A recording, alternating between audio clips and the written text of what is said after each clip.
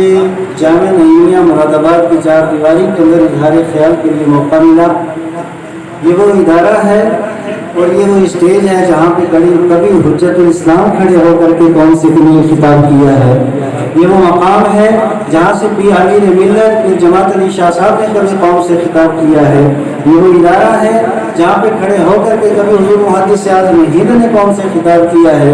یہ وہ ادارہ ہے جہاں پہ کھڑے ہو کر کے اساتذہ امت اگر لسٹ کے نام تو بہت دور چلی جائے گی۔ ان بڑے بڑے اکابر، بڑے بڑے علماء اور بڑے بڑے محدثین اور فقیہان اسلام نے یہاں سے قوم سے خطاب کیا ہے۔ یہ وہ ادارہ ہے کہ جس نے قوم کو کیا نہیں دیا۔ اب اس مرکزی ادارے کے اندر آج مجھے تھوڑا موقع ملا ہے چند باتیں آپ حضرات سے گزارش کرنے کی، نہایت سیدھے سادے انداز میں چند باتیں میں آپ حضرات کی گوش گزار کروں گا، اس دعا کے ساتھ کہ اللہ تبارک و تعالی حق کے لیے حق سننے اور حق کے اوپر عمل پیرا ہونے کی توفیق عطا فرمائے۔ حضرات گرامی قدر، ہم جس دین اسلام کے ماننے والے ہیں، یہ عرب سے چلا، شہر مکہ سے چلا۔ میرے مصطفیٰ کریم صلی اللہ تعالی علیہ وسلم نے جد و جہد محنت و مشقت کی، دن رات ایک کیا اور اس تحریک کا آغاز کیا، اور نبی مکرم صلی اللہ تعالی علیہ وسلم کی مسائی جمیلہ اور جلیلہ رنگ لائی کہ وہ تحریک جو شہر مکہ سے شروع ہوئی تھی، وہ شہر مدینہ اس کا سب سے بڑا ہیڈ کوارٹر تھا۔ وہاں سے جس تحریک کا میرے مصطفیٰ کریم علیہ السلام نے آغاز کیا تھا، تاریخ شاہد ہے کہ یہ تحریک وہاں سے چلی ہے، پھر عرب سے باہر نکلی ہے، ایشیا کے اندر پہنچی ہے، افریقہ کے اندر پہنچی ہے، اور دنیا کے خطے کے اندر، دنیا کے ہر خطے کے اندر، دنیا کے گوشے گوشے کے اندر، دنیا کے کونے کونے کے اندر مصطفیٰ کریم علیہ السلام کا یہ پیغام پہنچا ہے۔ ہم جس ملک کے اندر رہتے ہیں اس ملک کا نام ہندوستان ہے، اور ہندوستان کے اندر یہ شمع حضرت عمر رضی اللہ تعالیٰ عنہ کے زمانے میں فیروزہ ہو چکی تھی۔ اس زمانے میں اسلام یہاں ہندوستان کے اندر آ چکا تھا، لیکن اسلام کو وہ طاقت اور وہ قوت یہاں پہ نہیں ملی تھی۔ آخر اللہ تبارک و تعالیٰ نے اسلام کی سربلندی کے لیے، اسلام کی بقا کے لیے، اسلام کی ترویج کے لیے، اسلام کی اشاعت کے لیے، ہر گھر میں اسلام کا نور پہنچانے کے لیے، اور ہندوستان کے اوپر اور بر صغیر کے اندر ہندوستان اسلام کا سکہ چلنے کے لیے اور چلانے کے لیے جس شخصیت کا اللہ تبارک و تعالیٰ نے انتخاب کیا اور میرے مصطفیٰ کریم علیہ السلام نے جسے بھیجا، اس شخصیت کا نام خواجہ غریب نواز ہے۔ حضرت خواجہ غریب نواز یہاں پہ تشریف لائے ہیں، اور تشریف لانے کے بعد پھر آخر تاریخ ہمیں یہ بتاتی ہے کہ جب انہوں نے اشارہ کیا تھا، شہاب الدین غوری بھی آئے ہیں، اور ان کے بعد سلطان شمس الدین التمش بھی آئے ہیں۔ اس کے بعد یہ ایک سلسلہ شروع ہوا اور یہاں 800 سال تک مسلمانوں کی حکومت رہی ہے۔ میں صرف تاریخی حوالے ایک دو آباد کے گوش گزار کروں گا۔ یہ ہندوستان کی سرزمین وہ ہے جہاں صوفیاء کرام کی تو کافی محنت و مشقت ہے، ان کی دعائیں صحرگائی ہے، اور انہوں نے بہت زیادہ محنت کی ہے، اور محنت کر کے یہاں پہ اسلام کا چراغ روشن کیا ہے۔ اور وہیں جہاں ہندوستان کے اندر سلاطین جن کے تعلق سے میڈیا کچھ کہے، دنیا کچھ کہے، لیکن حقیقت یہ ہے یہاں کے وہ بادشاہ جنہوں نے یہاں پہ اسلامی حکومت قائم کی تھی، ان میں عادل بھی ہیں، نیک سیرت بھی ہیں، عاشق رسول بھی ہیں، حضور کے غلام بھی ہیں۔ کون نہیں جانتا کہ سلطان شمس الدین التمش حضرت خواجہ قطب الدین بختیار کاکڑی رحمہ اللہ کے مرید بھی ہیں، ان کے خلیفہ بھی ہیں۔ جب خواجہ دنیا سے تشریف لے گئے تھے، انہوں نے 5 شرطیں لگائی تھی۔ میری نماز جنازہ وہ پڑھے گا جس کی نماز تہجد کبھی قضا نہ ہو، میری نماز جنازہ وہ پڑھائے گا جس کی فجر میں تکبیر اولیٰ کبھی نہ چھوٹی ہو، میری نماز جنازہ وہ پڑھائے گا بغیر وضو کے جس نے آسمان کی طرف نہ دیکھا ہو، میری نماز جنازہ وہ پڑھائے گا زندگی بھر جس نے غیر محرم کا چہرہ نہ دیکھا ہو، میری نماز جنازہ وہ پڑھائے گا۔ یہ ساری کی ساری جب انہوں نے شرطیں لگا دی، 3 دن تک جنازہ رکھا رہا۔ آخرکار دہلی کے تخت کے اوپر بیٹھنے والا سلطان شمس الدین التمش آگے بڑھا اور آگے بڑھ کر کے خواجہ کا جنازہ پڑھایا، اور پڑھانے کے بعد کہا میرے پیر و مرشد ساری زندگی کو میں چھپتا رہا، آج آپ دنیا سے تشریف لے گئے اور میرا راز بھی آپ نے کھول دیا ہے۔ اتنا کہنا ہے یہ دلی کے تخت کے اوپر بیٹھنے والے ایسے نیک سیرت ہیں۔ یہ تو ابا جان کی بات ہے، اب ذرا بیٹے کی بات سنیے۔ انہی کے بیٹے سلطان ناصر الدین محمود تاریخ فرشتہ اٹھا کر کے دیکھیے، یہ آپ کے گھر کے اندر بیٹھے ہوئے تھے، اتنے میں سامنے سے ان کا ایک خادم آیا اور اسے کہا تاج الدین ادھر آؤ۔ وہ آدمی آیا اور آ کر کے چلا گیا۔ 1 دن گزرا، 2 دن گزرے، 4 دن گزرے، 6 دن گزرے، کافی دن گزر گئے۔ جو اس کے بعد تو